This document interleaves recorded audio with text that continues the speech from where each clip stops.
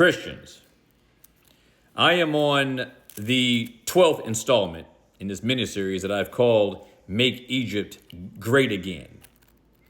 It's a story about a new king who did not know Joseph, which means that he did not like or prescribe to the policies that Joseph had when he was governor over Egypt under the Pharaoh that he was under.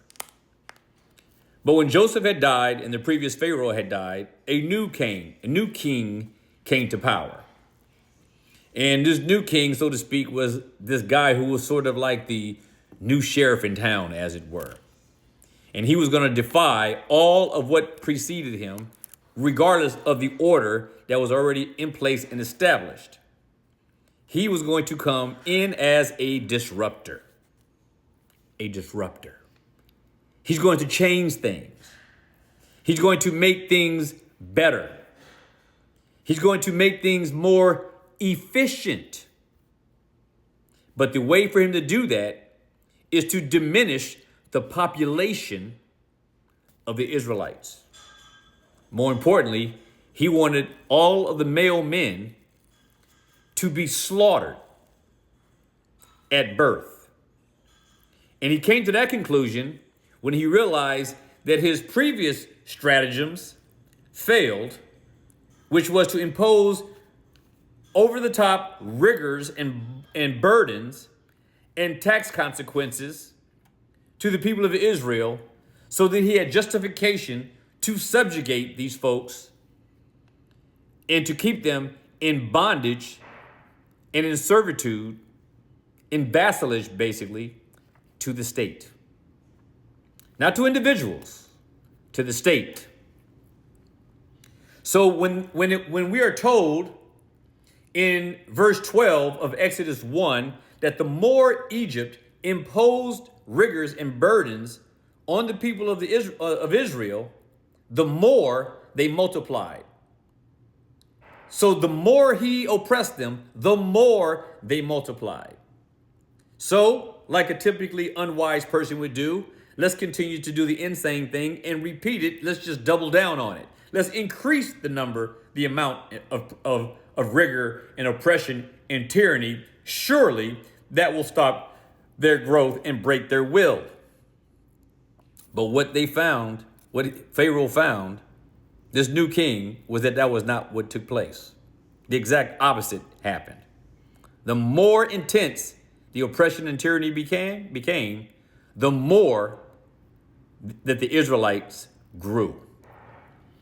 So now, he comes down and he decides to meet with the two head nurses or the two head midwives of Israel, two Hebrew women. And he went to them to get them to do his bidding for him by telling them, we want you, when your own children are born to the women of your nation, your own flesh and blood, we want you to slaughter and slay the men when they're born, the baby boys. He is trying to get the people to work for him. He's trying to get his oppressors to work for him to add to the oppression and to facilitate his oppression upon their own people. In other words, let me hire the oppressor to oppress those who I want to oppress. This is what he's trying to get them to do, to go against their own people. He is trying to turn them into sellouts. That's what he's doing. But notice what happens. These two women, Shiphrah and Puah, he tells them, when you do the duties of the midwives for the Hebrew women, and when you see them on their birth stools, if it's a boy, you will slay him. But if it's a daughter, she shall live. But the two midwives, it says in verse 17, they feared God. They feared God. And they did not do as the king of Egypt commanded. But they saved the male children alive. So the king of Egypt called for the midwives and he said to them, why have you done this thing and saved the male children alive? Now, before I move on, I want to deal with this part in verse 17 when it says, but the midwives feared God. They were Hebrew women that he was trying to recruit to carry out his evil designs of cruelty towards their people, trying to turn them into sellouts against their own people. And so he could have done many things. Notice that what Pharaoh does, what this new king does in this chapter, he never once considers just telling the people to leave Egypt. No, this king doesn't want them to leave. He wants to take it to another level. He wants to destroy all of the men and keep the women alive so that they can do the menial tasks that Egyptians do not do and would not do and took pride in not doing. They were not agricultural people, the Egyptians. That was beneath them. They were elitist. Egypt was not unlike America today, a superpower full of people who are entitled in one way or another. Specifics may differ, but the ideology is the same. So what happens is he goes to these midwives, tells them to slay the children, the boys. They refuse to do it because it says they feared God. And so after Pharaoh, the king of Egypt, called to the midwives and said to them, why have you done this? Why have you allowed these boys to stay alive? Now, we know what he didn't know, and he should have known. They feared God.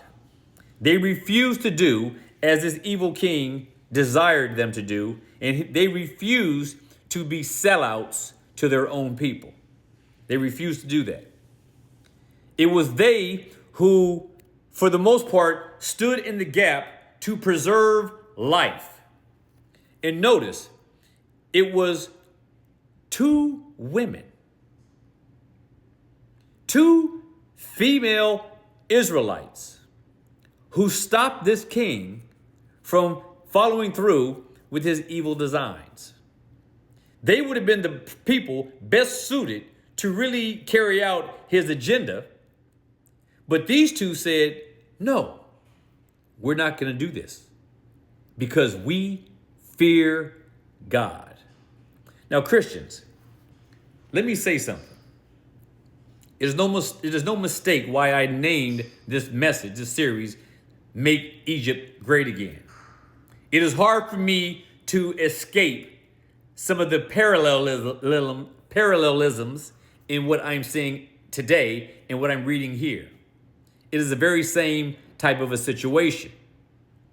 But the most important way to combat tyranny, especially for the believers in God, the Christians, the best way is to do those things which are compliant with God. Fear him, reverence him, and he will take two people or the fewest number of people to overthrow the craft and the subtlety and the wiliness of an evil dictator or tyrannical person, authoritarian, dictator, whatever you want to call him. This is critical for us to understand because they will offer all kinds of things to people who are even willing to oppose their own people in order to achieve what they consider to be an advantage for their own ends. This king wanted to make Egypt great again, and the only way he thought that he could do that was to end the lives of countless numbers of the Israelites. It was a wicked design, and behind the scenes, we should see the providence of God at work. And he used these two women to thwart, God used these two women to thwart the plans of the king of Egypt, the biggest, most powerful nation on earth at the time. Be provoked and be persuaded.